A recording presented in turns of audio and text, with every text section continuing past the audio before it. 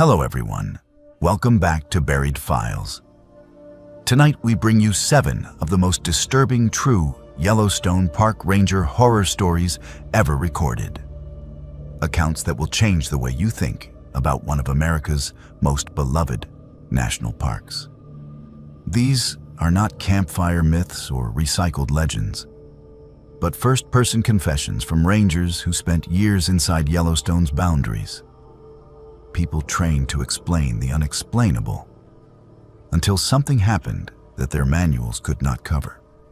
Each story is built from detailed ranger reports, internal memos, and corroborating witness accounts, cross-checked wherever possible to separate rumor from the terrifying patterns that keep appearing in the same valleys, towers, and thermal basins. Yellowstone is advertised as a place of wonder, but the men and women who patrol it at night know that some calls never make it onto the brochure, and some encounters leave scars that do not fade when the season ends. If you value authentic horror rooted in real testimony and careful investigation, subscribe to Buried Files and hit the notification bell so you never miss our latest descent into the darkest corners of the natural world. After you listen to these confessions, share your own encounters or family stories from the parks in the comments below. Because the more we compare these experiences, the clearer it becomes that something out there is watching back. Now, settle in as we open the case file on Yellowstone and listen to what its rangers were never meant to say out loud. My name is Ryan, and I used to think Yellowstone was a place I understood. On paper, I was exactly the kind of person you would trust out there at night. Former EMT, seasonal ranger for 3 years running, the guy who always quoted policy and rolled his eyes at ghost stories the older staff told around the fire. That changed on a Tuesday shift in late September. The night a simple welfare check in the Upper Geyser Basin turned into something I still cannot explain without my hands starting to shake. It started with what sounded like an ordinary call. Day shift had taken a report from a hostel in West Yellowstone about a solo traveler who had not come back before closing. A woman in her 30s, hiking boots, small day pack, lots of photos of geysers on social media. Her last confirmed sighting was near one of the boardwalk loops, headed out just before sunset. By the time my shift rolled around, her car was still in the lot, and she had not answered her phone. On busy weekends, that kind of thing can be a late bus or a forgotten charger. In September, with a cold front moving in and fewer crowds to hide in, it gets bumped up the list. I volunteered to walk the basin. I told my supervisor it would be good exercise and that the missing hiker would probably be sitting on a bench somewhere, wrapped in a hoodie, embarrassed when I showed up with a flashlight and a radio. That was genuinely what I believed as I parked by the trailhead and stepped out into that particular kind of darkness you only get around thermal features, where the steam swallows distance and light at the same time. If you have never been in a geyser basin after closing, there is no good way to describe how wrong it feels. The same places that look magical in postcards start to feel like open mouths. The boardwalk creaks under your boots, and every hiss of steam sounds like something drawing breath. The air smells like sulfur and hot metal, and the temperature swings between chilled and almost feverish, depending on where the wind blows the vapor. My headlamp beam cut a narrow tunnel through the fog, pulling pale shapes of railings and warning signs out of the black. I walked the upper loop first, calling her first name every few minutes the way we are trained to do. Nothing answered except the constant bubbling of pools and the occasional low roar of a vent. I checked every bench, every little spur trail that led to an overlook. No pack, no person, no dropped phone. I kept telling myself that this was good, that no sign meant she was probably already somewhere warm and annoyed with spotty reception. Halfway down the main stretch, I saw it. A dark shape on the boardwalk, just past one of the stay-on trail signs that visitors pose with for photos. For a second, my brain insisted it was just another shadow thrown by my headlamp. But as I got closer, the outline sharpened. A boot, brown leather, women's size, lying on its side with the laces splayed like it had been stepped out of in a hurry. I crouched beside it and felt the first real knot of unease. The boot was warm, but not from a foot. The sole had picked up heat from the boardwalk. A folded park map lay beside it, weighted with a small rock, as if someone had intentionally left those items there to be found. The hair on my arms lifted. People drop gear all the time, but they do not usually arrange it. I swept my headlamp over the gap between the railings and the thin crust beyond. At first, I saw only steam and the faint shimmer that tells you the ground is carrying more heat than it should. Then my beam caught something else. A pair of shallow drag marks, starting at the edge of the planks and running out across the pale surface until the fog swallowed them. Not footprints, not animal tracks. Two wide lines like something heavy had been pulled or pushed. Training kicked in. I keyed my radio and gave my location, told them I had personal effects likely belonging to the missing hiker and possible sign of off-trail travel. My supervisor's voice came back calmer than I felt, telling me to hold position, not to attempt a rescue on unstable ground, and that he was dispatching another ranger with thermal imaging from the parking lot side. Standard, reassuring, familiar. What was not familiar was the way the steam shifted as I waited. It usually blows with the wind in long, predictable currents. That night, it seemed to twist in small circles around the drag marks, thickening until the beam from my headlamp bounced right back at me. The basin went strangely quiet. The constant small sounds of boiling water and hissing vents dropped into a kind of muffled hush, like someone throwing a blanket over a working engine. That was when I heard my name. It came from the fog beyond the boardwalk, from the direction of the drag marks. Ryan. Clear, calm, exactly how my supervisor says it when he wants my attention during a briefing. The cadence, the slight downward lilt at the end, all of it the same. I did what anyone would do. I lifted my radio. "Yeah, I copy," I said, feeling stupidly relieved. "I am still at the last coordinates I sent. You almost here?" There was a pause. Then his actual voice came crackling through, sharpened with confusion. "Repeat last, Ryan. I did not call you. I am still 5 minutes out from the lot." I stared at the radio, then back at the fog. There had been no static in the voice I heard, no electronic distortion. It had come from the air itself, from the white wall in front of me. I told myself I was tired, that the sulfur smell was giving me a headache, that I had misheard some shifting of steam and distant conversation.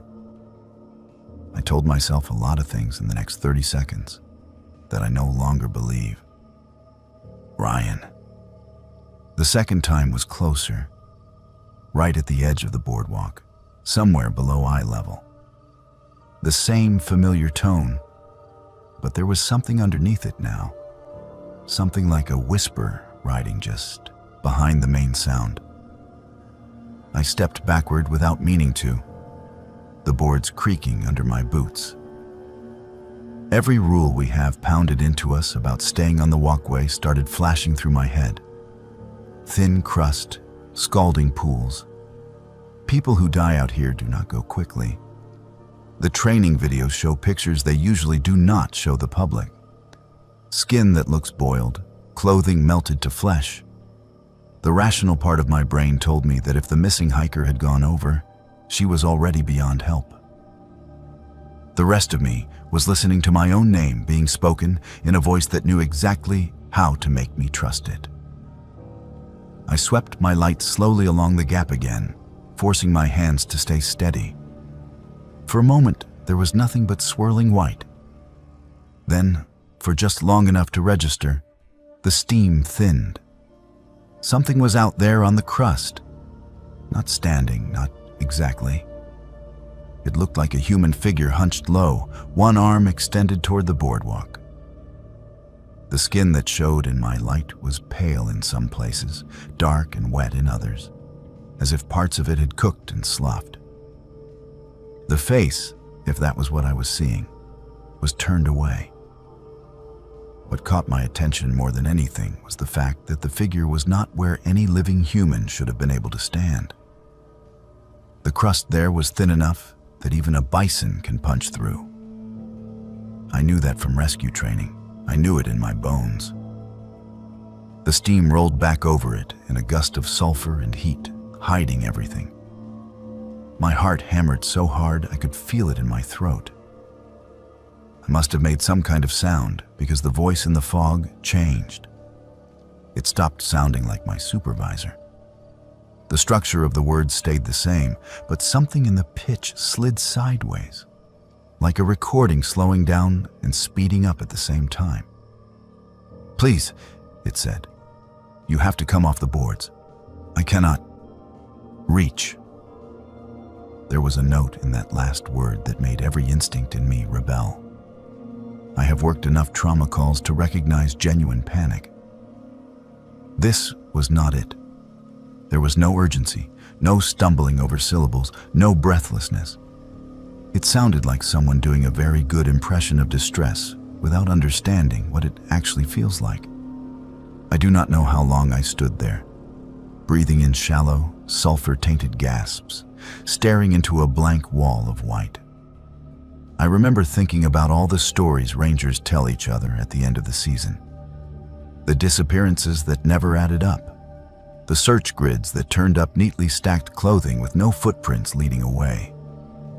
The half-joking way people would say, "The park takes who it wants." I used to hate that phrase. That night it wrapped around my ribs like a hand. I forced myself to talk. "Ma'am, if you can hear me, you need to move toward my voice without leaving solid ground. I cannot come out there to you. The boardwalk is the only safe." "Ryan." This time it was almost a hiss. The voice cut across mine, sharp and irritated, like a parent shushing a child. "You do not leave people behind." It knew my training. It knew exactly which string to pluck. In EMT school, they hammered a particular line into us. "You do not abandon a patient who is still viable." I had repeated that line out loud in more than one debrief. I had never said it around my current crew. Hearing those specific words thrown back at me in the fog snapped something I did not realize was brittle. I took another step back. My heel hit the upright of a safety sign and stopped me. The boardwalk behind me curved away into the dark. Ahead of me lay nothing but steam and those twin drag marks whispering into the unknown. For a second, I truly believed that if I stayed where I was, something would eventually reach up through that gap and grab my ankle. The urge to run fought with the urge to freeze. Headlights cut through the trees behind me, spattering weak light across the rails. Another ranger's voice came over the radio, this time in the normal way, wind noise and all, asking for my exact position again. The spell broke like glass. "I am by marker 7 on the upper loop," I said, louder than I meant to. "Advise extreme caution. I have probable fatality off boardwalk, unstable ground, and auditory anomalies." I hated the way that sounded, but there was no other phrase that fit. As soon as I spoke to someone who was verifiably real and approaching, the basin changed. The ambient noise returned in a rush. Gurgling pools, distant loud vent, the small crackle of cooling boards. The steam in front of me started moving with the wind again. No more circular eddies, no more voice. My partner joined me within a couple of minutes, his face pinched against the smell and the cold. We secured the area, logged the location of the boot and the map, and did what we could from the safety of the planks. Thermal imaging picked up an irregular hot mass beyond the edge of the boardwalk, right where those drag marks disappeared. A specialist team with the right gear confirmed what we already suspected the next day. Human remains, not intact, not accessible without risking another life. The official report says the missing hiker disregarded multiple warnings, left the designated path, and fell through thin crust into a scalding runoff channel. It lists the cause of death in clinical terms I am not going to repeat. There is no mention of the arranged boot, the map weighed down with a rock, or the voice that said my name before anyone had broadcast it over the radio. There is certainly no line about a shape in the fog, standing where no one should stand. People ask why I left after that season. I tell them it was burnout, that I wanted steadier work, something closer to family. All of that is true. It is not the whole truth. The part I do not say is this. A week after the recovery, I woke up in my apartment in town to the smell of sulfur and the sound of somebody whispering my name from the corner of the room, where the odor, steam from my shower usually hangs the longest. The window was closed, the vent was off. There was no visible fog, just that voice, patient and amused, saying, "You do not leave people behind, Ryan, not even when the boards end." I moved out of Yellowstone the following month. I have not set foot on a geyser basin boardwalk since. And on cold nights, when condensation crawls across the bathroom mirror and I see shapes in it that do not quite match my own reflection, I remember the drag marks and the hand reaching from impossible ground. And I wonder how many stories we have written off as visitor error that were actually something else reaching through the fog, learning how to sound like the people we trust most. I used to love the smell of smoke. Most people hear that and think of house fires or cigarettes. But for me, it was always campfires and controlled burns. That sharp, dry scent that meant the forest was doing what it needed to do. Fire is part of the cycle. That is what they teach you in ranger training. What they do not teach you is what happens when something refuses to burn. My name is Ella, and the last season I worked in Yellowstone, I was assigned to monitor a burn scar that never behaved the way it should have. The summer before, a lightning strike had taken out a big chunk of forest on the edge of my district. It had been a hot year, dry needles piled deep, and even with the best efforts from the crews, it ran hotter and longer than anyone liked. By the time it was out, the hillside was a skeleton. Black tree trunks, ash drifting underfoot. The earth itself baked into hard, cracked plates. Ugly, but ecologists were excited. That kind of disturbance opens up light for new growth.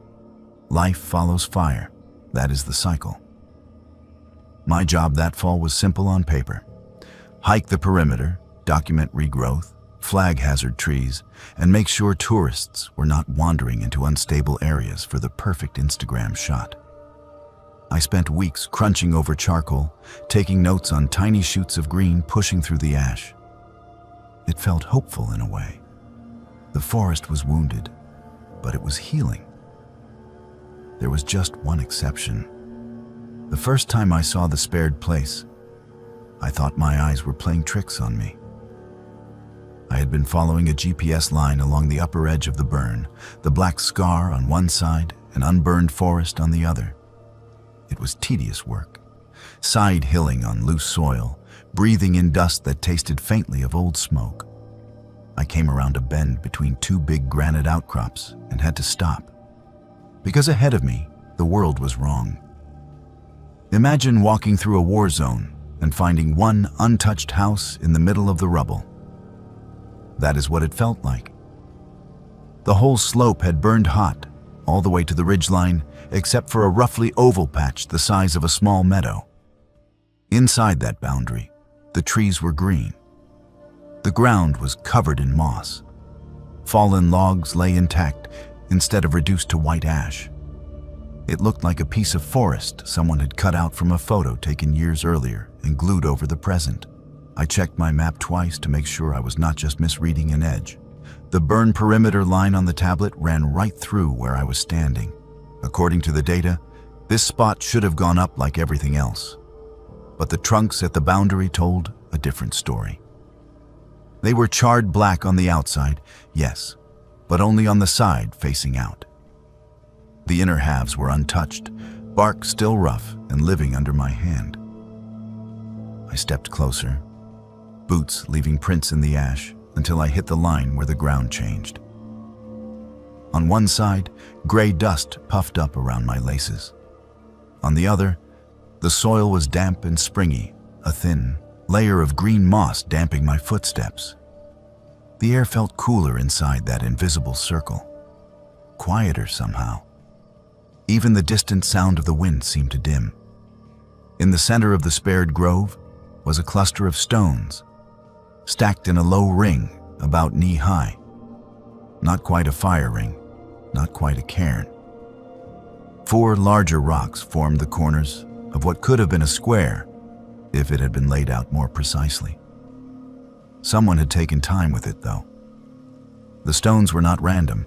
They were chosen, flatter faces inward, lichens scraped off in places to reveal pale granite beneath. I walked around it once, counting my steps. 12 paces across in any direction. The middle of the ring was bare earth, darker than the soil outside, and just damp enough to hold the impression of my boot when I tested it. No sprouts, no needles, just that dark circle of exposed dirt. On the second circuit, I noticed the carving. It was on the inside edge of one of the corner stones, not obvious unless you were standing in the ring and looking down.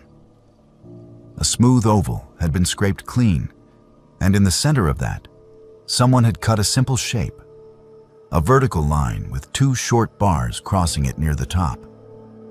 It could have been a crude tree or a figure with its arms raised, or nothing at all if you were feeling generous. The grooves were shallow but sharp, like they had been made with a good knife and a patient hand. I should have left it alone. I know that now. At the time, it felt like a find, a human element in an otherwise impersonal assignment. Something I could photograph, log, and maybe joke about later back at the station. Found some backcountry art in the burn, that sort of thing. Instead, I did something stupid. I reached down and brushed my fingers over the carving. A small flat disc of stone, about the size of a coin, broke free from a crack near the etched lines and dropped into my palm. It was oddly smooth on one side, rough on the other. The same symbol was scratched into its face, more hastily, like a quick copy. I turned it over once, twice, then slipped it into the breast pocket of my uniform shirt. I do not know why. Maybe I thought of it as a piece of the story of this place, a little talisman from a forest that had refused to burn. Maybe I was just tired and not thinking clearly. On my way out of the grove, I almost walked into another ranger. He was one of the old-timers, gray beard, leathery face, the kind of man who had a story about every rock and ridge.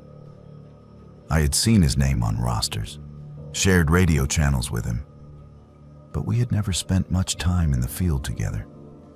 He stood just outside the green boundary, boots planted in ash, eyes fixed on the stone ring behind me. "Did you step in there?" he asked. I stopped. "Yeah, just documenting. It is strange how it missed this spot." He nodded once, slowly. "We call it the spared place," he said. "Locals had other names for it, long before the park. You should not linger." I tried to keep my tone light. "Well, the fire seems to agree with them. Did you see that ring before the burn?" His gaze flicked to my chest, just for a second. Later, I would wonder if he had seen the slight bulge the stone disc made in my pocket. "Some things stand where they stand," he said. "Fire goes around. That is all you need to put in your report." It bothered me on the hike back that he had not answered my question. It bothered me more that every time I looked over my shoulder, it felt like the ring of stones was closer to the edge of the burn than it should have been, like the blackened trunks had leaned back a step to make more room for it. That night at the cabin, I could not stop thinking about the grove. I should have been exhausted, but my body hummed like I had drunk too much coffee. The little stone token sat on the table beside my bunk, catching the light from the lantern in a way that made the scratched symbol seem deeper. When I finally fell asleep, I dreamed of fire. Not the roaring wall of flame you see on the news. This was a slow, crawling burn. Tongues of orange licking along the forest floor, turning needles and deadfall into glowing lines. I was standing in the middle of it, watching trees crack and fall, hearing animals fleeing in the dark beyond the light. Only the heat never touched me.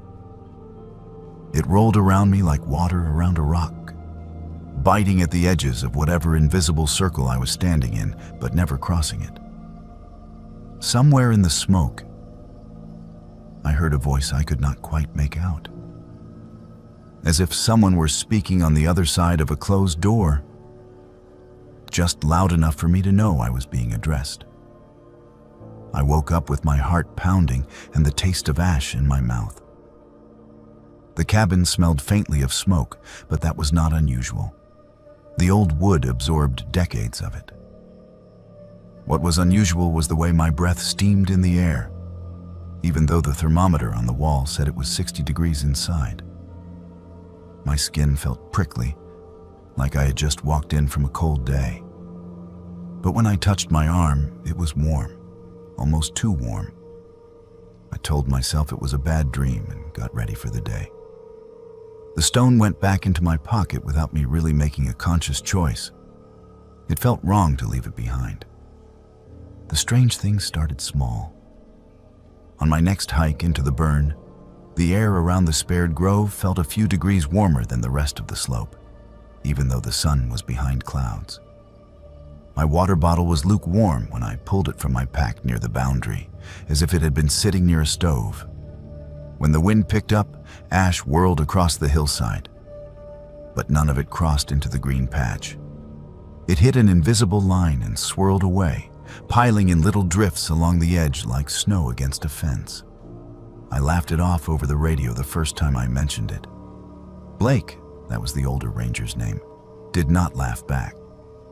"Just do your job and leave it be," he said. Places like that have their own arrangements. Arrangements. It was such a strange word choice that it stuck with me. Arrangements with what? Fire? The land? Something else? The second night, the smell woke me. Strong this time. Not cabin smoke, but fresh burning, sharp and dry, carried on a wind that rattled the windows. I rolled out of bed, sure there had been a spot flare somewhere near the cabin, and grabbed my boots. By the time I reached the door, the smell was gone. Outside, the stars were clear, the air cutting cold. No glow on the horizon, no distant crackle. Back in my bunk, the immediate danger gone, I realized my pillow was hot. Not just warm from my head, hot like it had been sitting in the sun. My hand came away slightly damp, and for a panicked moment I thought it was sweat, until I saw the faint gray smudge on my palm. Ash. I started to put the stone on the floor then, to get it away from me. But the idea made my chest tighten with an irrational surge of panic. I compromised by wrapping it in a bandana and tucking it deeper into my pack, telling myself I would drop it off at the station as an interesting find later in the week. On the third day, I realized I was not alone in the spared grove. I had gone up alone, Blake covering another section. Morning light slanted through the black trunks, turning the burn scar into a forest of thin shadows. Inside the green oval, the light was softer, muted by live needles.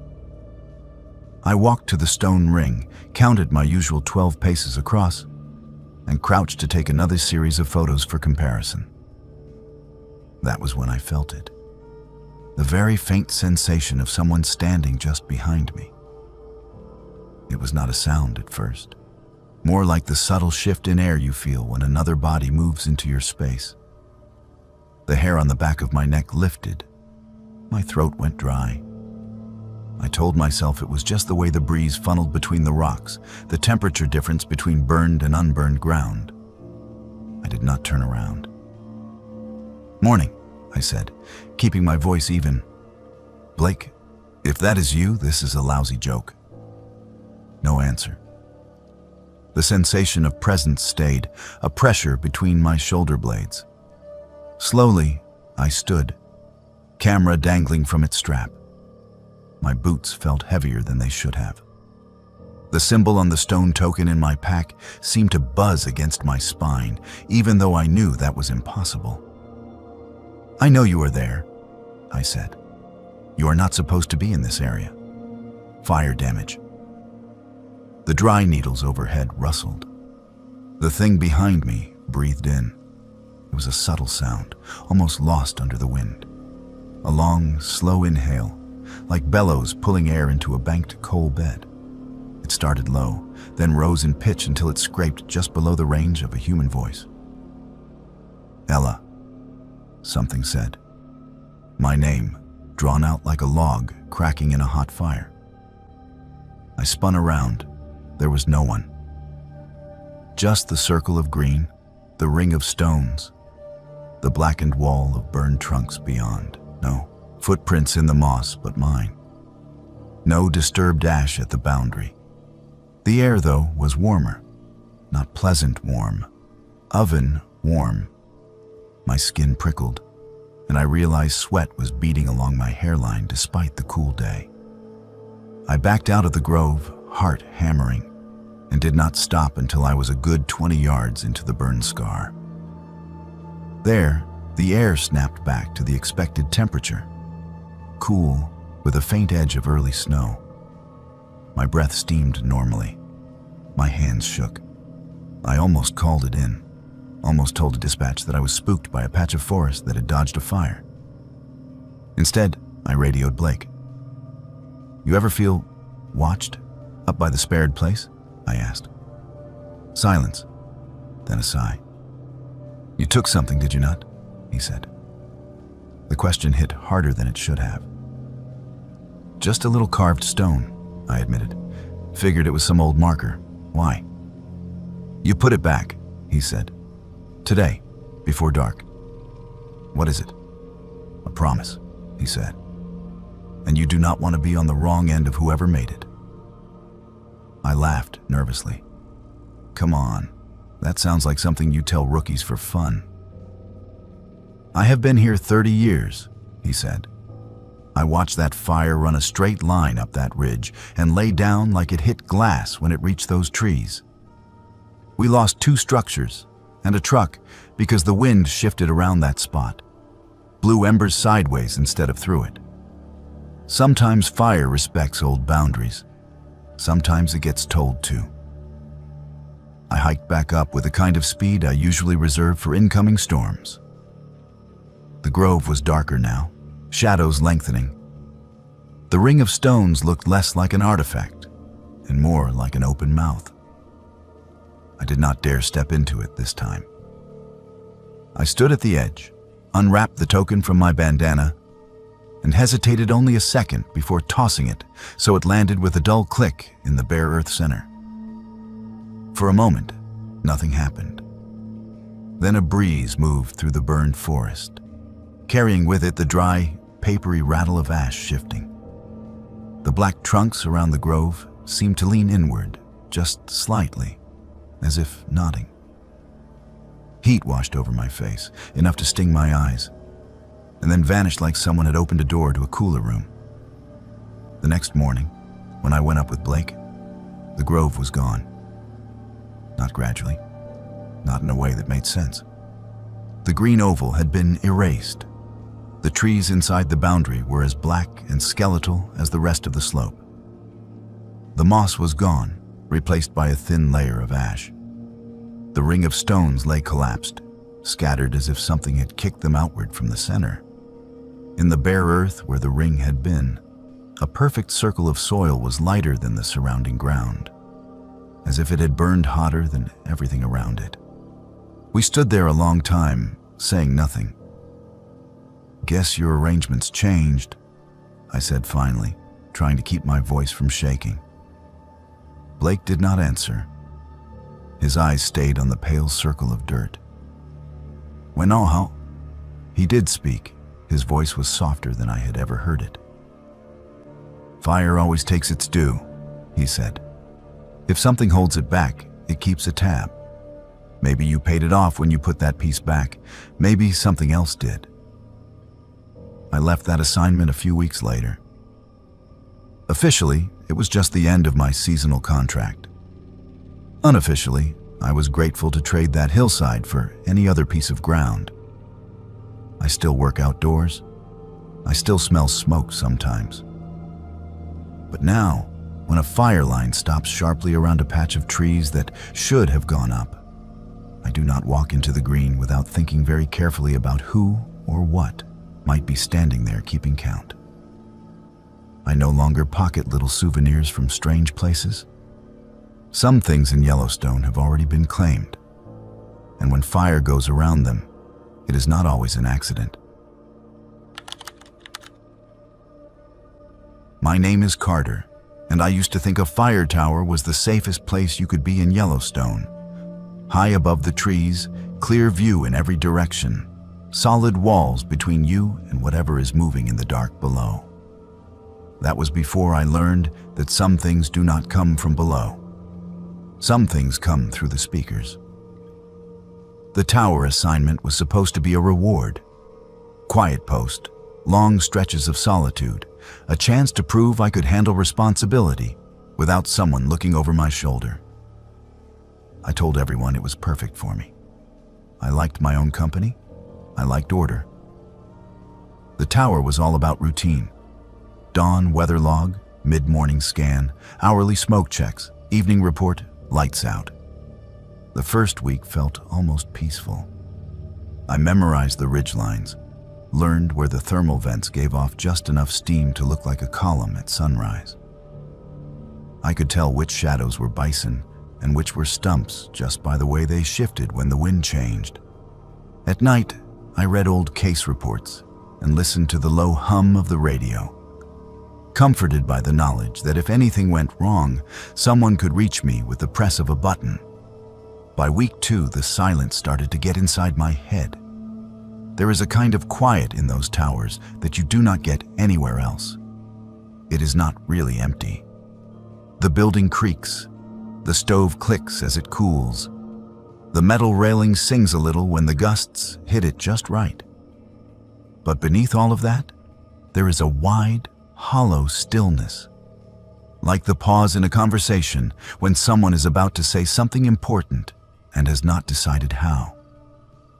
The first time the voice came through, I was half asleep in the bunk with the radio on low at my elbow. I woke up to static. Not unusual. The weather had been unstable that day, and the repeater sometimes spit out interference when the clouds built too fast. I reached over to adjust the volume, more annoyed than anything. Then, under the static, I heard it. "Hello?" A woman's voice. Thin, shaky, not the clipped, practiced cadence of dispatch. "Is anyone there?" I sat up so fast my head hit the bunk rail. "Copy, this is Tower 4. Go ahead." My heart was already ticking up, running through possibilities. Lost hiker, injured camper, someone with a busted radio relay. Silence. The static hissed, rose, fell. "Please," the voice said. "I do not know where I am." They said someone would be listening. That line alone made the hair go up on my arms. We tell visitors a lot of things, but we do not tell them that. They said someone would be listening. That is not our language. That is not a script from any briefing I have ever given. pushed the mic button again. "I hear you. Can you give me your name and any landmarks you can see? Any water, roads, lights?" Another pause. I could hear what might have been breathing, faint and uneven, like someone trying not to cry. "You know me, Carter," she whispered. "You know exactly where I am." The breath left my lungs in a rush. I did not remember telling her my name. I did not remember hearing it come over the line in her voice. But there it was, hanging between us in the narrow little tower. I had heard that voice before. Not in the park, not on a radio. In a different life. Sitting on the edge of a twin bed in an off-campus apartment, listening to someone explain why she could not keep trying to reach me if I never called back. Her name was Hannah, and it had been 4 years since we had spoken. I swallowed hard and tried to shove that memory back where it belonged. "I think you may have the wrong frequency," I said. My mouth was suddenly dry. "This is a restricted channel. Can you repeat your location?" The radio crackled, then went dead. I switched dials, checked with dispatch, even called another tower to see if anyone else had picked up stray chatter. Nothing. No one else had heard a thing. By morning, I had half convinced myself it had been a dream. The tower gets hot in the late afternoon, even in shoulder seasons, and it is easy to doze off without realizing it. I wrote it off as a mix of stress and loneliness, the brain replaying old tapes in a new setting. 2 nights later, the voice came back. This time I was fully awake, doing a last sweep with the binoculars before logging the midnight report. The radio was on, but quiet. No storms, no fire activity, just the occasional routine check-in from units down in the valleys. I had just set the glasses down when the speaker crackled like someone rubbing sandpaper over metal. "Brother," I leaned in. "Say again?" Static, then clearer. "Carter, do not hang up." My hand tightened on the mic. "Identify yourself." "You talked about this view," she said. "Remember? You said there was a tower where you could see forever. You said you wanted to bring me here." The world tilted for a moment. I had said something like that once, late at night. More ambition than plan. I had never actually followed through. "I think you have the wrong," I began. The radio popped loud enough to make me flinch. Her next words slid out in a way that made my stomach drop. "You left me," she said. "You do not get to leave me again." Lightning flickered far to the west, too distant to hear, just silent veins of light in the clouds. I checked the channel number. It was the tower's assigned frequency, the one that fed back to the rest of the park network. There was no private line, no way for someone to spoof a direct call. I did what training tells you to do when a caller seems disoriented. I brought it back to basics. "What can you see right now?" I asked. "Trees, water, a road, anything?" For the first time, I heard something other than her voice and the static. A low, constant roar like wind in a canyon or water pouring over rocks. Beneath it, faint clicking, almost rhythmic, like metal cooling. "Lights," she said, slowly. A ring of lights in the trees, and smoke. "You are not listening. You never listened." That last sentence was not about the park. It was about me. About old conversations in cluttered rooms, about voicemails I never returned. Whoever she was, wherever she was, she should not have known any of that. I felt sweat bead along my spine, even though the tower was cool with the window cracked. My own reflection hung in the glass in front of me, pale and uncertain in the overlapping faint glows from the instrument panel. Behind that ghost version of my face, the mountains were just darker shadows against the sky. "Stay where you are," I said. My voice sounded flat. I am going to get your signal triangulated. I will keep this line open. She laughed then. Soft, humorless. It sounded exactly like it had the night she told me she was tired of waiting for me to show up. You did not keep it open last time, she said. You closed it. You hung up. Do you remember what you texted instead of calling? I did. God help me, I did. 4 words, each one a flimsy excuse. I could see them in my mind, black on white. I am working late. On the radio, the roar grew louder. The clicking picked up speed, in time with my heartbeat. Where are you? I whispered. Look down, she said. I stepped to the window and pointed the flashlight straight down toward the clearing at the base of the tower. The beam cut through the dark in a narrow column. There was nothing there. Just the patch of scrub and gravel I had seen 100 times. My own footprints from earlier that day still faintly visible where I had cleaned debris from the steps. No campfire ring, no tracks, no ring of lights. I swept the beam outward, across the tree line, the slope below, the small creek flashing back a dull reflection. Nothing. You are not here, I said. This is not real. The radio went quiet so fast, it felt like someone had yanked a cord.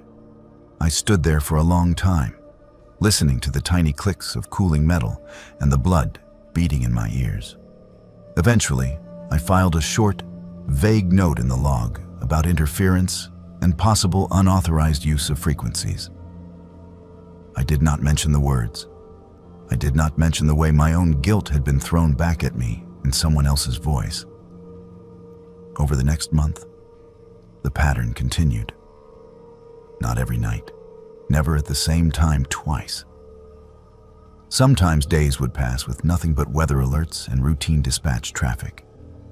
Then, usually when the sky was heavy and the air tasted like impending rain, the static would thicken and her voice would slide through. She talked about things no one on the channels should have known. Inside jokes from years ago. The exact phrasing of a fight we had on a sidewalk 3 towns away from this park. The way my father's funeral smelled like damp wool and lilies. Always sandwiched between half-formed fragments about trees and smoke and lights. I sent in 3 separate maintenance requests for the radio. Techs hiked up, ran diagnostics, swapped out components. Every time, they told me the same thing. The equipment was in perfect working order. You are probably catching spillover from civilians on a nearby band, one of them suggested. Happens sometimes when the weather stacks weird. Right, I said. I did not ask how a stranger on a random channel would know that I had once left a birthday dinner early by pretending to get an emergency call. The last night in the tower, the storm finally hit. Rain hammered the roof like handfuls of gravel. The wind shoved at the walls, making the whole structure shudder. Lightning turned the windows into momentary mirrors, flashing my own pale face back at me over and over. I had just finished logging the 3 a.m. weather check when the radio clicked on by itself. No static this time, no buildup. Just her voice, clear and close, like she was standing right behind me. Come down, she said. You cannot see it from up there. You never see anything from up there. Every survival instinct I had screamed no. You do not go wandering around a metal tower in a thunderstorm. You certainly do not climb down into trees that are swaying like they are trying to rip their roots free. I stayed where I was, knuckles white on the edge of the desk. You left me alone, she said. The words overlapped with a thunderclap, but I heard them anyway. You left me in the dark. Now you get to see how it feels. Where are you? My voice broke. I did not care how it sounded. Thunder rolled again, closer. For a second, all the lights in the tower dimmed, then came back up. Right under you, she whispered. I did not look down. Instead, I grabbed the binoculars and swung them in a slow, shaking arc across the tree line. In one flash of lightning, I saw them. Not lights, exactly, but pale shapes between the trunks, as if someone had hung lanterns too low to the ground, circling the clearing. They flickered once, twice, then vanished. The next flash showed nothing at all. When morning finally came, the storm moved on, and the radio fell silent. I climbed down on legs that barely wanted to hold me. At the base of the tower, the ground was soaked, muddy, littered with twigs and leaves. There were no footprints but mine. No signs of a camp, no scorch marks, nothing. I put in for a transfer the following week. Now, months later, I still wake up at 3:17 a.m., the time stamped on the last weather log from that tower. I keep a small handheld radio on the nightstand. It is turned off, batteries out.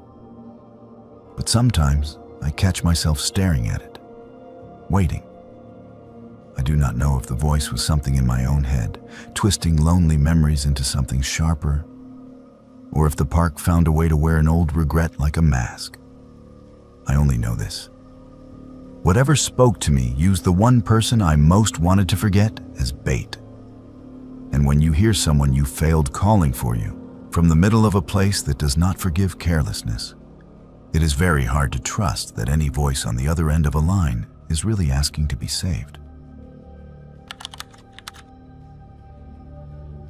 My name is Nora, and this is the version of the report that never went into the system. The official paperwork for Case 27B reads like 100 other Yellowstone incidents. Solo male camper, mid-40s, left a designated site. Suffered a fall in rugged terrain.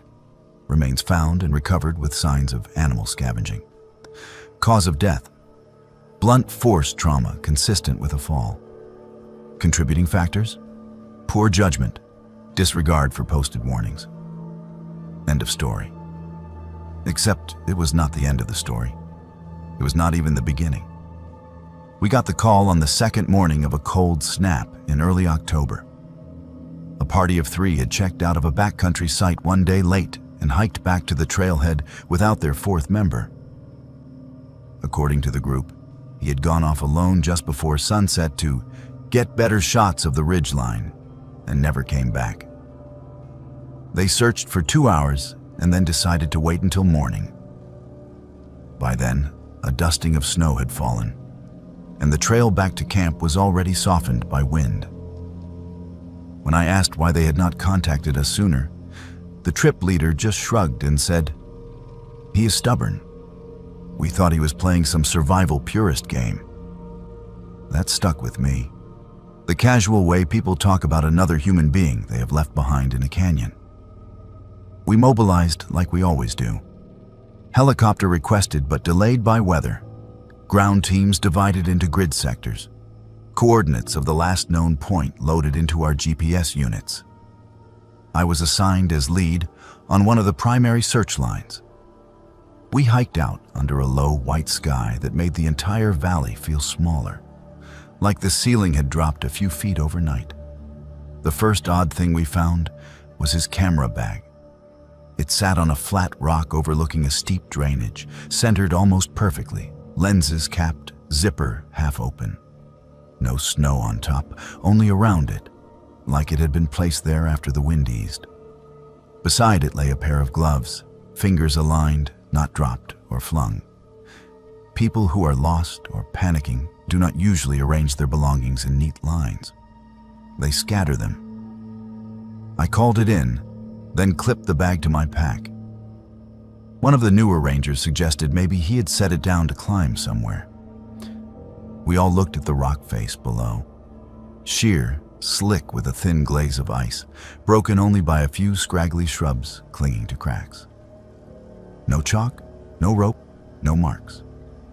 It did not look like a place anyone would decide to scramble down without gear. We moved on.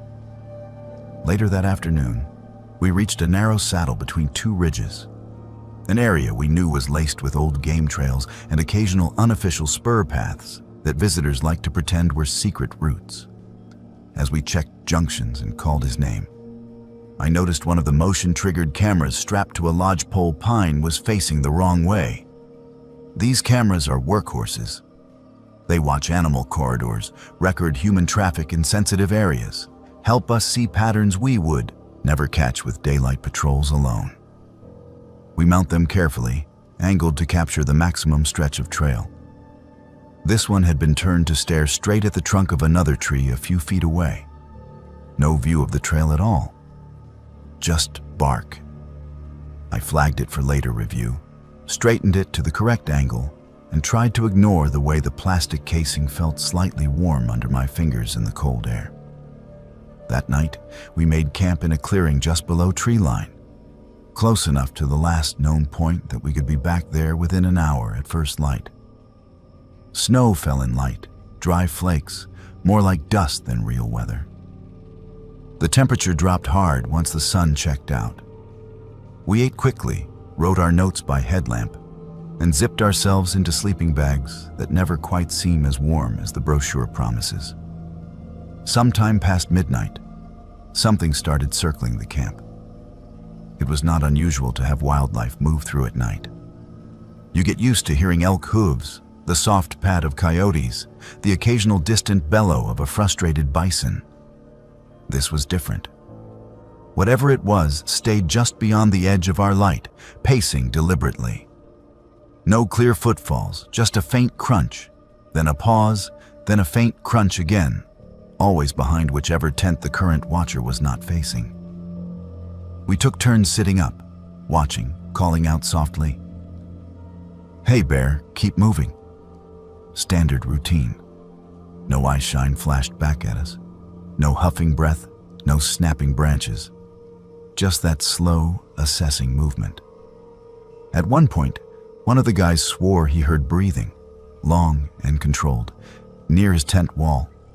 But when he opened the flap, there was only cold air and drifting snow. By morning, the snow around camp looked undisturbed. No clear tracks, only minor shifts in the drifts that could have been wind. We packed up feeling more tired than we wanted to admit and pushed into steeper ground. We found him on the second day. It was one of the volunteers who spotted a scrap of bright blue fabric down in a ravine, snagged on low brush. We fanned out along the rim until we could see the full shape. A body lying on its back against a slope of rocks, arms tucked close as if asleep. The snow around him was oddly clean. No scatter, no struggle marks, just a soft halo where flakes had landed and melted, landed and melted. Protocol took over. We marked the site, photographed everything, and carefully made our way down. Up close, the scene made less sense. If he had fallen from above, there should have been some sign of impact in the snow or the soil. A trench where his body had slid, a bruised line of disturbed vegetation. Instead, he looked as if he had been placed there. There were no scrapes on his hands, no torn fingernails, nothing to indicate a desperate attempt to stop his descent. His backpack was missing. So were his boots. His socks were clean. No blood, no mud, no thorns jammed into the fabric. Every identifying item you would expect to find on a body in the backcountry, wallet, keys, phone, permit copy, was gone. Except for the ring. His wedding band had been pushed deep into his mouth. Not lodged accidentally, not caught on broken teeth. Placed. I saw the glint of metal when we checked for airway obstructions, shone my light in, and felt my stomach drop. I will never forget the image of that circle of gold resting against his tongue. We withdrew, documented, did everything the book demands. The medical examiner would later tell us the primary trauma was consistent with a fall, that the injuries matched an impact from a certain height onto rock. What the paperwork did not say was that the fractures did not line up with any obvious drop above the ravine. The slopes were wrong. The angles were wrong. There was nowhere clean for a body to have launched from and landed where he did without leaving more evidence behind. As we secured the area, I noticed tracks leading away from the scene. Not boot prints, not animal paw marks. Bare impressions, elongated, spaced a little too far apart, like someone walking on the balls of their feet. They moved up the ravine wall and into a stand of trees, then faded where the snow had drifted deeper. I called another ranger over, heart thudding. "Do you see that?" He squinted, frowned, and shook his head. "Snow melt, shadows. Do not start seeing ghosts, Nora." I stopped talking about the prints. Back at headquarters, we pulled the trail camera images from the area leading up to the ravine. In the hours before the man vanished, the cameras showed normal traffic, his group hiking together, then splitting when he veered off toward a side ridge with his camera bag. After that, the footage turned wrong. On 3 separate cameras, the angles shifted within a 10-minute window. Each one had been rotated away from the trail to face blank trees or open sky. The last image, clearly capturing him, showed a figure standing a few yards behind him on the ridge. Tall, still, head tilted. No face, just a darker shape within the dark of the trees. The other rangers shrugged it off as a trick of contrast. A branch, a shadow, a coat tossed over a stump. I wanted to believe them. I tried. I wrote my report that night, sitting under the harsh fluorescent hum of the office, hands stiff from cold and fatigue. I listed the facts: time, location, weather, group details, recovery notes. When I got to the part about the ring, I hesitated. That detail went in. You cannot hide something like that in the official record. But the bear prints? The feeling of something pacing our camp? The turned cameras and the shape on the ridge? Those stayed out. Internal Affairs reviewed the case a week later. Standard when a body comes back with unanswered questions. I sat across from a man with a neutral tie and neutral eyes while he asked me whether I felt there had been any negligence on the part of the park in posting warnings, whether our response time had been adequate, whether we had fully educated the group on off-trail risks. I answered everything honestly and watched him type. The little cursor blinking across words like contributing factors and visitor behavior. At the end, he closed his laptop and said, "Is there anything else you think we should know, Officer Johnston?" For a heartbeat, I considered telling him everything. The token-like arrangement of the belongings, the sense of being watched in the dark. The ring pushed where it did not belong, like a message written in flesh instead of ink. The prints that did not match any species chart on our wall. Instead, I heard myself say, "No, that is all." He nodded, satisfied, and moved on to the next file. Here's the part that keeps me up. A week after we closed 27B, I woke to find a set of faint, elongated impressions in the light frost outside my cabin. Not clear enough to photograph, not distinct enough to prove anything. Just a suggestion of weight having passed by my door. The spacing eerily similar to what I had seen in the ravine. I told myself it was runoff. Ice melt patterns, my own imagination knitting shadows into footsteps. I keep telling myself that every time I walk past the wall of missing persons flyers and see how many of them list left established trail as a last known action. The park likes clean stories. A bad decision, a simple fall, animals doing what animals do. We tuck the rough edges away so visitors will keep coming, so they will not see how much we do not understand. I used to believe in that simplification. It made the job easier. Now, when I lead searches, I pay attention to the spaces where cameras go blind for no good reason, to the places where people vanish without leaving the kind of trace physics says they should. I log what I am supposed to log and leave the rest in a separate ledger in my head. Because I have started to suspect there is something out here that knows our roots, our blind spots, our protocols. Something that understands how to stage a scene to look like carelessness and gravity.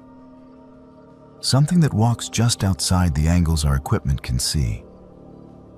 And whatever it is getting better at arranging bodies to match our expectations. Right up until you notice the one small detail that does not fit, like a ring pushed where no human hand would ever put it by accident. My name is Aiden, and there is one winter patrol in Yellowstone that I pretend never happened. On the calendar, it is just another block of shifts I worked 2 seasons ago. In my head, it is a day that refused to stay in its own place. A loop that folded over itself until I was not sure which version of me was leaving which set of tracks. Winter work was the only part of this job I truly loved. The crowds are gone, the animals keep their distance, and the park finally feels like the quiet, dangerous thing it really is. I knew my snowmobile routes by heart. Closed roads to check for downed trees, shuttered cabins to inspect for damage, radio repeaters to brush free of ice. It was all schedule and routine, the kind of predictable structure that calms a brain like mine. That morning started like every other. The sky was a hard, bright blue, the kind that makes the snow look almost metallic. The air cut at any exposed skin, but there was barely a breeze, and my machine fired up on the first try. I signed out at the station, noted my route on the board, and told the others I would be back before dark. The plan was simple. Run north on an old service road, swing past 2 backcountry patrol cabins, then cut east across an open meadow to check a weather station before looping home. I had done it so many times that my hands knew when to turn before my eyes saw the markers. About an hour in, somewhere between the first cabin and the meadow, I noticed the tracks. A set of boot prints crossed my snowmobile trail at a sharp angle, heading downslope toward a stand of trees. Fresh, crisp edges. No wind softening yet. Human, medium size, standard pattern from park-issue winter boots. That alone was odd enough. No one else had signed out on this route, and no public access should have been anywhere near here with the gates closed. I slowed, then stopped. The engine idled under me, a low, steady vibration. I slipped off, let the silence settle around me, and crouched to study the prints. They were not over my track. They cut it. That meant whoever made them had been out here before me. I followed them a short way, just far enough to see that they continued in a straight line to the tree line, then vanished into deeper drifts where the shadows swallowed detail. I weighed the options. Training said do not follow unknown tracks off-route alone in deep winter unless there are signs of distress. The prints were neat, regular, no staggering or dragging. Whoever it was, they were moving with purpose. I backed away, climbed onto the sled, and made a note to radio in from the first cabin. The cabin sat in a small cluster of trees, its roof loaded with snow, windows dark. I parked, knocked ice from my boots, and went through the usual checklist. Door secure, no sign of forced entry, chimney intact, no wildlife damage. Inside, my breath smoked in the still air as I checked the logbook on the table. A simple spiral notebook where rangers sign in and occasionally jot notes for each other. The last entry was from 3 weeks earlier, a familiar scrawl from one of the guys on swing shift. Below it, in handwriting that looked disturbingly like mine, was today's date and my name. I stood there for a long moment, staring at the curve of the letters. The way the A hooked a little too far right, the way the D leaned. It was my style. But I had not been here yet today. I had just opened the door. Cold slid under my jacket in a thin, mean line, I checked the edges of the page. The ink was dry, no smears, no indentation from writing over something else. I flipped back a few sheets, half expecting to find other phantom versions of my name, but everything else looked normal. Glove ink transfer, I muttered to myself. Old note, new date in your head. The explanation sounded weak, even to me. I wrote another entry beneath the strange one, pressing the pen harder than necessary. Patrol A. Campbell, Cabin 12, 10:42 hours. Inspection clear. The letters looked the same. Back outside, the boot prints from earlier nagged at me. I tried raising dispatch on the radio, but a wall of static answered. It happens in those valleys sometimes, the signal bouncing wrong.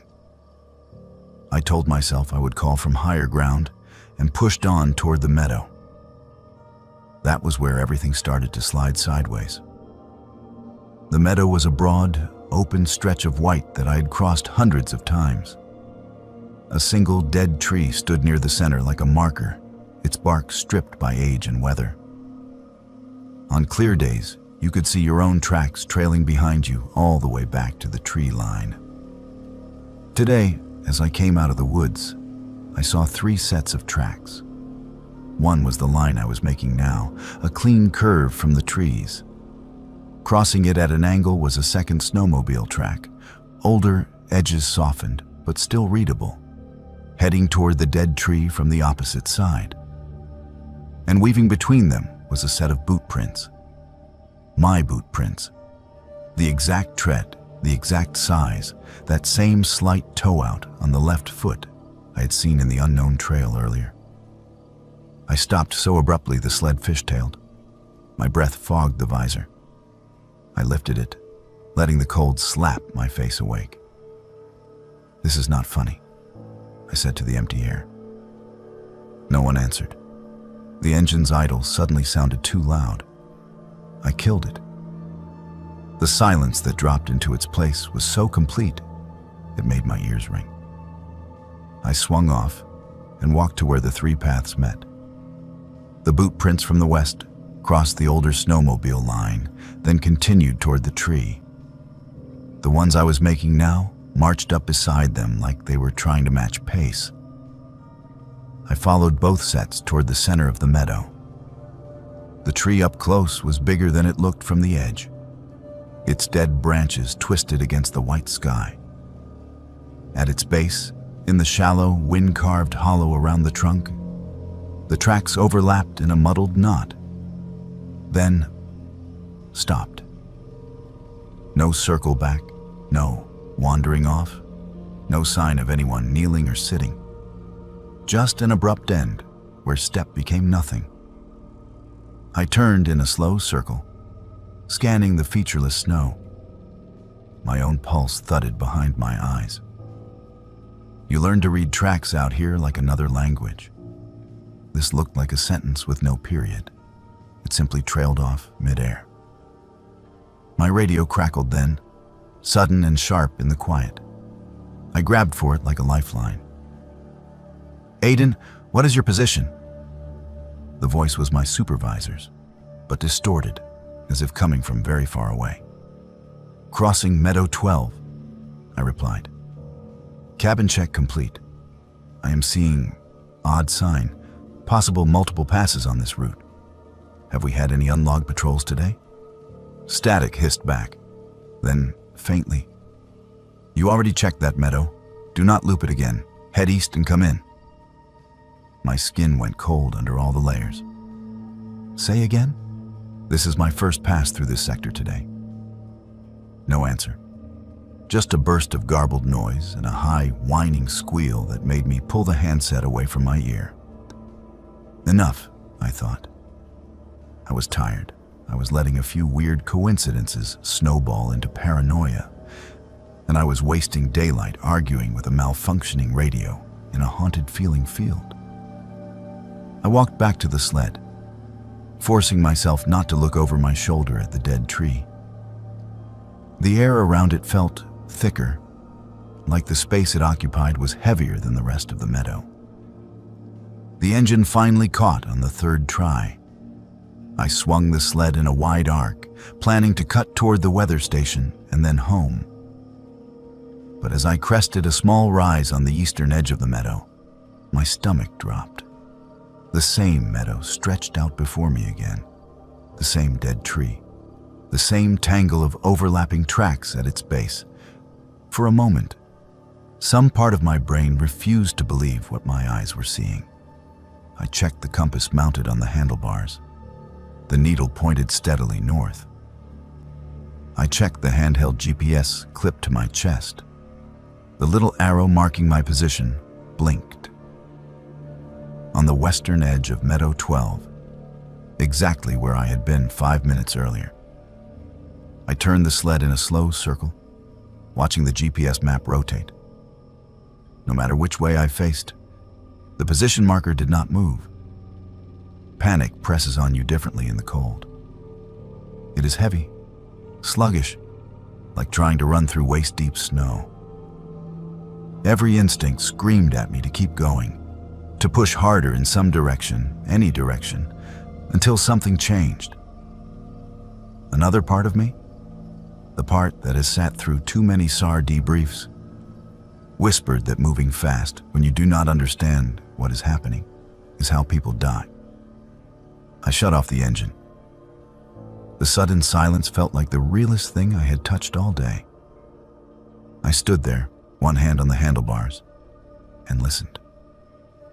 No wind, no distant crack of branches. Just a faint, almost subsonic hum I thought at first was in my own ears, until I realized it was coming from under my boots. The snow beneath me vibrated, just barely, like something far below the surface was turning. "Okay," I said aloud, voice shaking.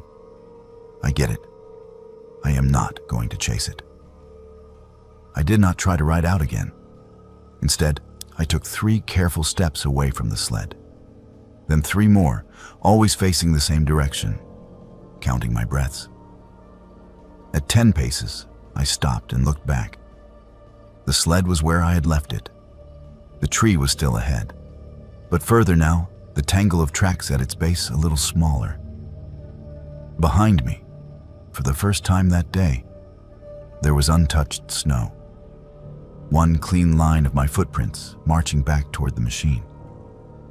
The humming underfoot lessened.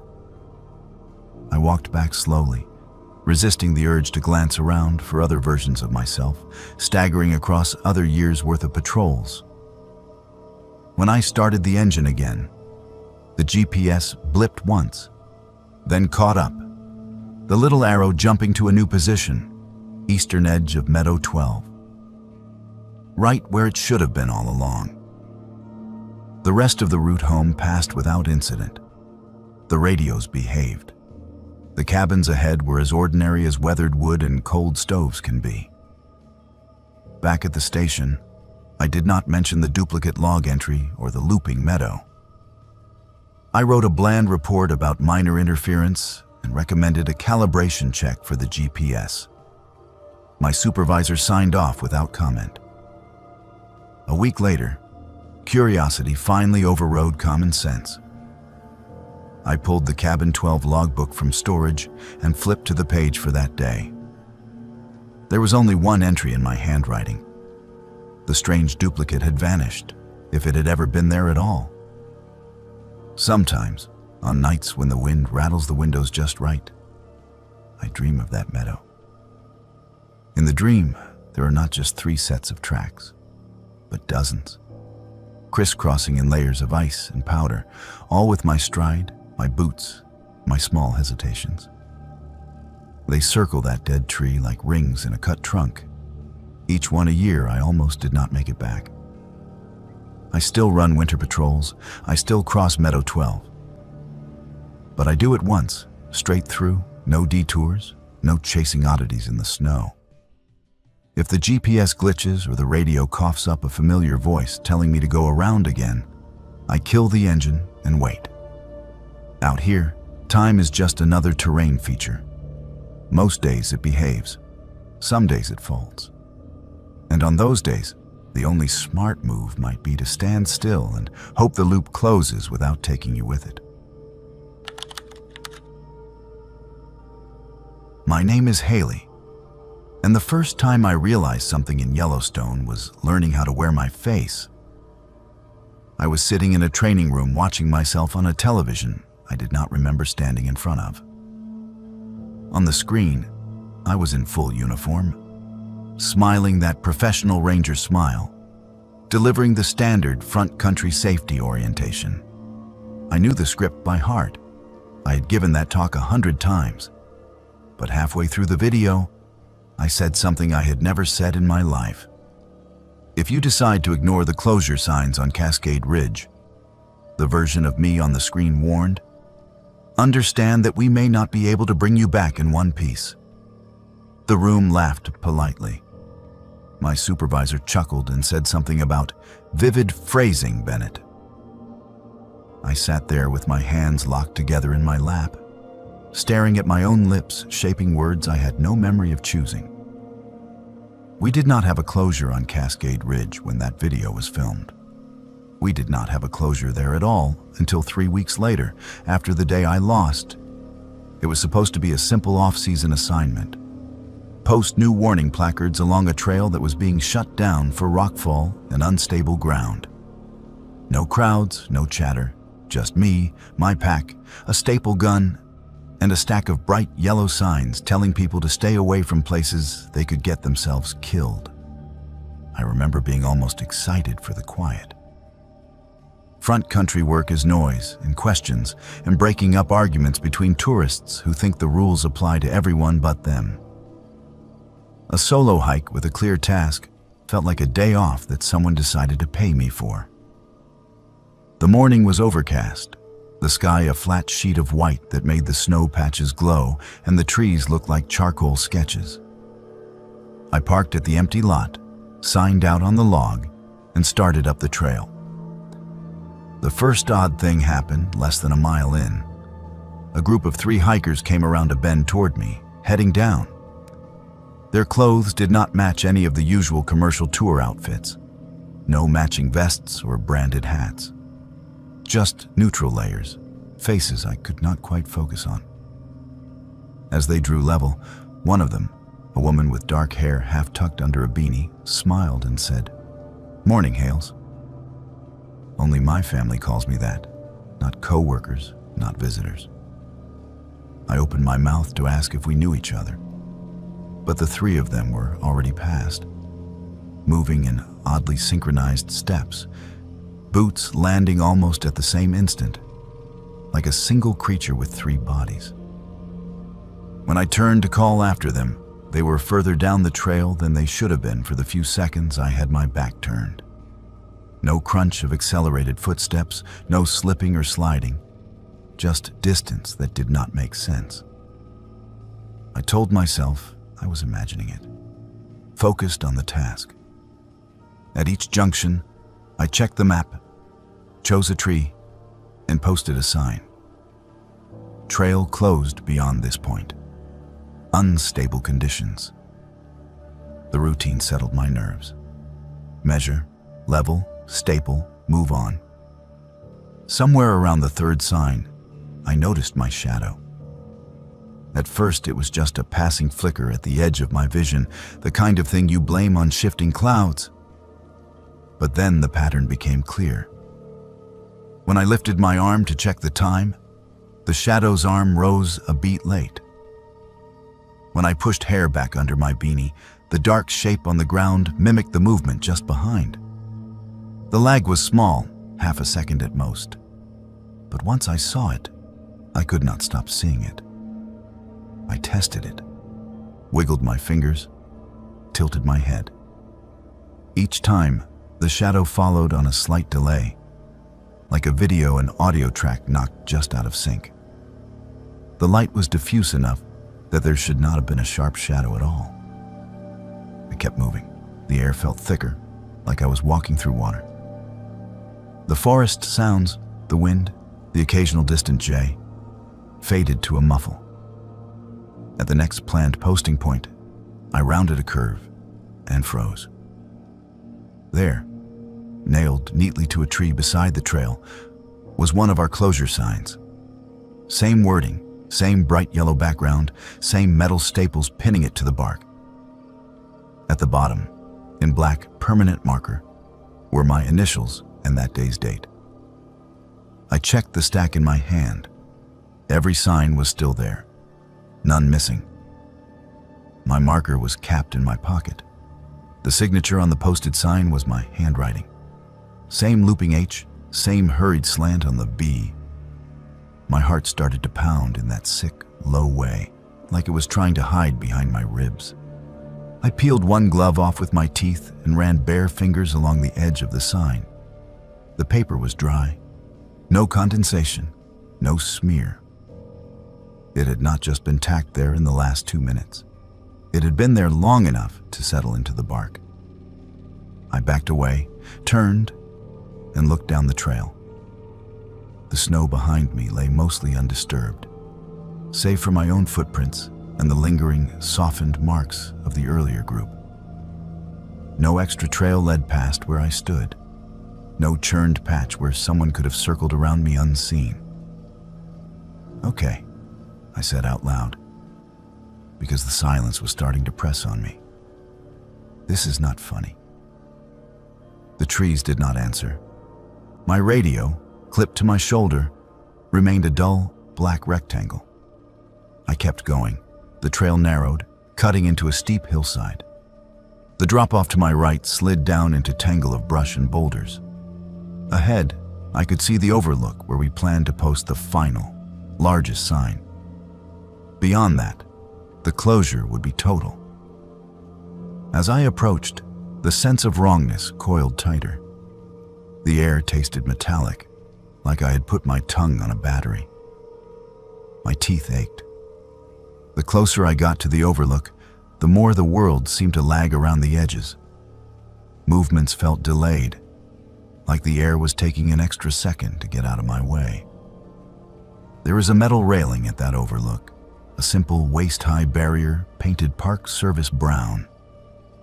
I have leaned on it 100 times, watched the water cut through the rocks below, answered endless questions about how deep the canyon is. I have also seen what happens when someone leans too far. As I stepped into the clearing, I saw myself standing at that railing. She, me, had both hands resting on the top bar, head tilted slightly as she looked down. Same uniform, same beanie, same flyaway hair escaping at the nape of the neck. For a moment I thought there must be a mirror, some weird trick of glass. But there was nothing reflective in front of her except open air and distance. My stomach lurched. I blinked hard. When my eyes reopened, the space beside the railing was empty. No double, just the scuffed dirt where countless feet had stood. In the faint reflection on the metal rail itself, though, I could still see 2 figures. One where I stood, one a half step closer to the edge. My shadow stretched long on the ground behind me. It did not line up with my feet. Footsteps crunched on the trail just behind my left shoulder. Slow, deliberate, in time with the slight delay of the shadow. I did not turn around. "Posting final closure sign at Overlook 3, I said into the radio, though I had not touched the pit button. My voice sounded like it was coming from somewhere else, half a second off from the movement of my lips. "Conditions unstable. Recommend full seasonal closure." Static answered. Beneath it, very softly, another voice said, "Do not turn around, Haley." It sounded like me. The urge to look was almost overwhelming. Every instinct screamed to identify whatever was at my back. But another instinct, older and less verbal, told me that recognizing the wrong thing as myself was a line I did not want to cross. I took the sign with shaking hands and stapled it to the post at the trail's end. Each thunk of the stapler sounded like it echoed too long.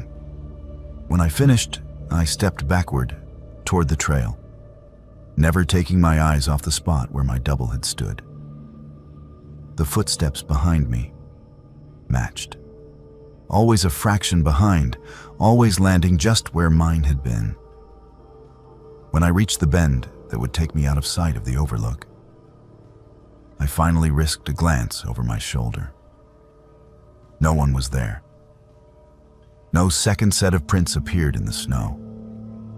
But my shadow, stretched along the curve of the hill, still moved wrong, lagging, catching up, like something had tried the timing once and not quite perfected it.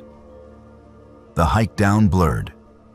One minute I was on the ridge, the next I was signing back in at the trailhead, pen scratching my name on the sheet. The clock on the board said it was nearly dark. My watch said I had been gone less than 3 hours. The route should have taken at least 5 with the posting work. My supervisor frowned when I came in. "You all right? You were back early, and you did not have to redo the ridge signs. They looked fine after the rockfall." "Redo?" I asked. My voice sounded hollow to my own ears. He flipped through a clipboard. "The maintenance note from, last week. You signed off on that whole section already. We just needed a confirmation. You sure you are getting enough sleep?" Later, in the break room, they queued up an internal video to show some new staff how not to talk to visitors. There I was on the screen again, at Cascade Ridge, gesturing at a gleaming new closure sign, telling the camera that beyond that point, the park did not belong to people anymore. That if they stepped past, something else might decide to step in. I have no memory of that recording session. None. Now, when I walk past mirrors in the visitor center, I keep my eyes front. I do not catch my reflection in windows after dark. I avoid solo assignments on that ridge, and when I have to post a new sign, I bring someone with me, if only as a witness that there was just one of me up there. Because here's the part I cannot shake. Whatever out there tried on my mannerisms, my face, my voice, it was getting better at it, smoother, closer to perfect. And if there is one thing scarier than something that wants to hurt you, it is something that wants to replace you so completely that no one can tell which version of you came back down the trail. My name is Nolan, and this is the story I never put in my resignation letter. On paper, I left the Yellowstone for family reasons after 10 years working wildlife in Lamar Valley. The truth is that my last night patrol out there convinced me that something else is hunting the same ground we pretend to manage. And it is better at the job than we are. Lamar at dusk is the kind of beautiful that makes your chest hurt. The light goes copper, the hills roll out in layered shadows, and the wolves start to move. People come from all over the world just to stand by the roadside with spotting scopes, hoping for a glimpse. My job was to protect those people from their own bad decisions, and to protect the animals from them too. That night, late in the season, the valley felt almost empty. The bigger crowds had thinned, the air had that sharp, metallic edge that says winter is testing the locks. I was alone in the truck, making one last pass to check for illegal campers and spotlight for poachers. A storm front was stacking along the horizon, but the stars above Lamar were still clear, bright enough that the snow patches glowed like ghost pools. For the first hour, it was routine. A pair of elk near the river, a lone bison lumbering along the shoulder, a fox that stared at my headlights like it had never seen a vehicle before. I wrote a warning for a van parked too close to a pullout and moved on, drinking coffee that tasted like burned plastic just to keep my hands busy. Then I saw the carcass. It was just off the road, half hidden in a patch of willows. An elk, big and healthy looking even in death, laid out on its side with the chest cavity neatly opened. Not torn, not ripped, opened. The cut line along the hide was too clean and too straight for wolf work. No ragged edges, no tufts of hair scattered around. The organs that should have spilled were gone. The legs were folded almost tidily underneath, like someone had posed it. My first thought was poachers. It fit the pattern. Take the prime cuts, leave the rest for scavengers. Get out before anyone notices. But the usual signs were missing. No drag marks, no tire tracks nearby. No footprints in the soft ground except a few deer trails and my own prints from when I stepped out to check. I radioed in a possible illegal kill and took photos from every angle, the flash popping harsh white against the dark. The stillness around that carcass felt wrong. Usually, even a fresh kill has some life around it. Ravens watching from branches, a distant coyote listening for an opening. This one was silent. The only sound was the slow tick of my cooling engine. I was back in the truck, logging the coordinates, when I heard the first howl. I know wolf voices. 10 years out here, and you could wake me from a dead sleep.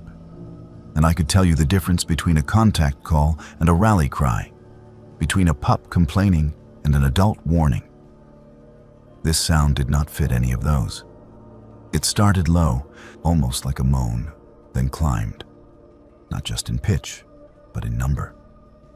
One voice became several, then many, all hitting the same note, all rising and falling in perfect synchronization. The hair on my arms lifted. Wolves do chorus, but not like that. They overlap, weave in and out, individuals threading through the group. This was one sound split into pieces.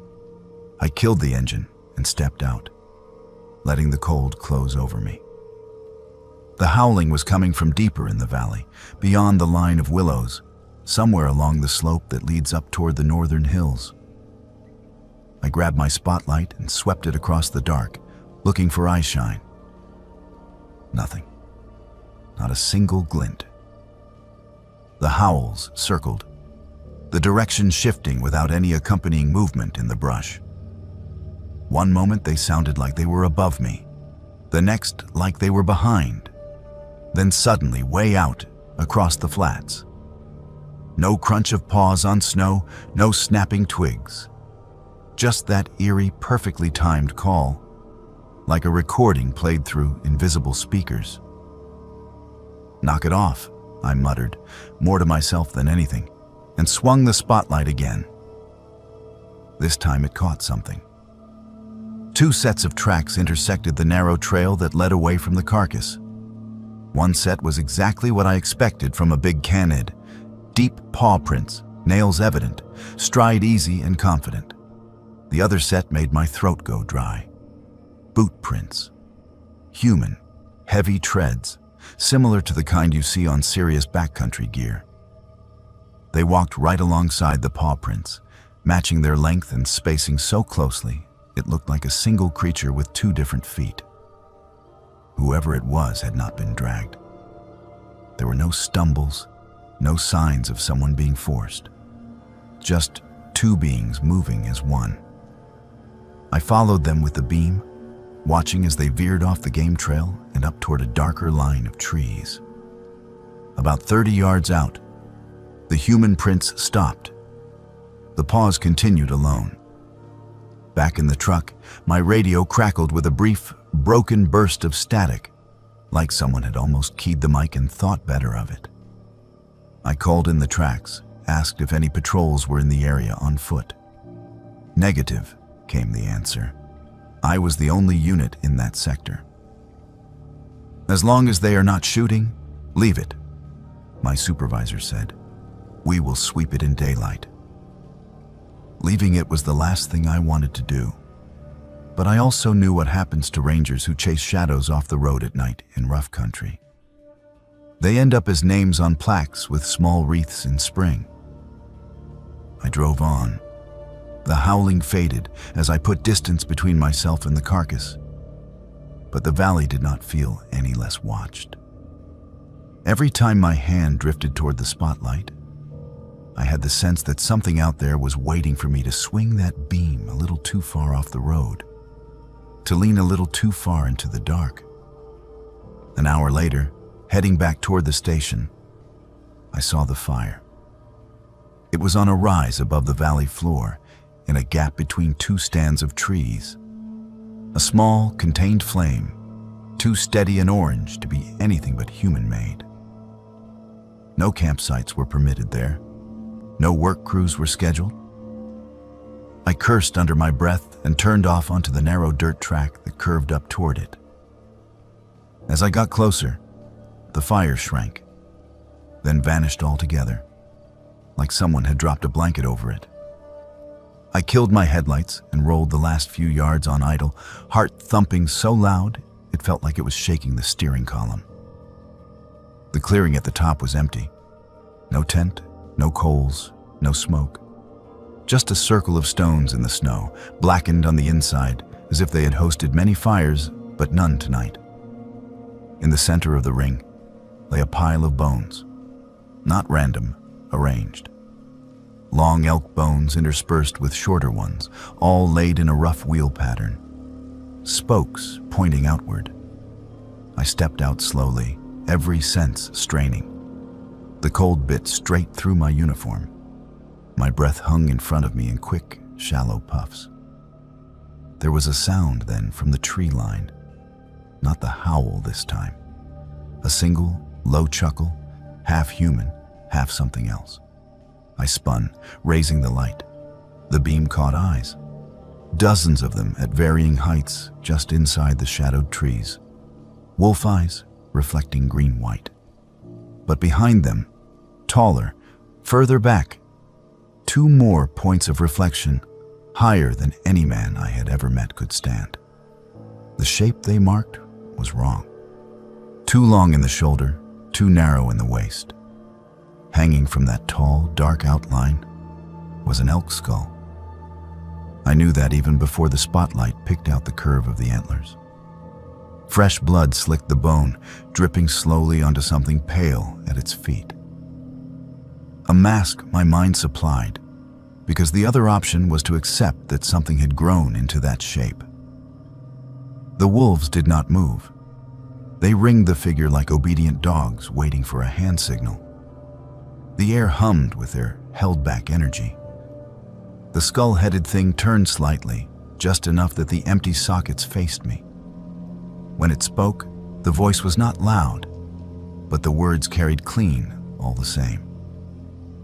You should not be here alone, Nolan. Hearing my name from that hollow, bone-echoing rasp snapped me out of whatever root-deep trance had pinned me. I stumbled backward, almost went down in the snow and scrambled for the truck. I did not remember starting the engine. I did not remember turning the wheel. One moment I was on my knees in the cold. The next the valley was unraveling in my rearview mirror, my tires chewing gravel as I barreled back toward the main road with my lights off and my heart hammering hard enough to blur my vision. When I finally dared to look back, there was nothing on the rise. No fire, no eyes, just the dim outline of trees against the sky. By the time I reached the station, my hands were shaking so badly I could barely fill out the nightly log. I wrote down the carcass. I wrote down the suspicious cuts and the human tracks. I wrote unidentified figures at a distance and recommended increased patrols. I did not mention the mask. I did not mention my name, spoken by something that owned a ring of wolves. 2 days later, we sent a team to check the site in daylight. The elk carcass was gone, every scrap of it. Not dragged, not scattered, gone. The circle of stones on the rise was still there, but the bones had been reduced to powder, sifted smooth, as if someone had taken great care to erase the pattern. One of the older rangers pulled me aside afterward. His face was lines and windburn, eyes as tired as mine felt. You saw it, did you not? He asked quietly. Or something like it. I opened my mouth, then closed it again. Finally, I said, I saw enough. He nodded, like that was all the confirmation he needed. You will not find that in any manual. But the stories are older than the park. People who wear heads that are not theirs. People who call the predators instead of fearing them. You run when you see that. You did right. I handed in my resignation a month later. I told them I was burned out, that the long nights had gotten to me, that I wanted to be closer to home. They shook my hand, threw me a cake in the break room, told me I would be back someday because guys like me never really leave the field. Maybe they are right. Maybe I will miss the valley enough that the memories loosen their grip. But every time I hear a wolf documentary on TV, every time a nature app on my phone plays a recorded howl, part of me waits for the moment when the sound slips, just a fraction, into that too perfect chorus I heard in Lamar. The one that was not calling to other wolves at all. It was calling to something that stands a little too tall, wears an elk's face like a crown, and knows my name.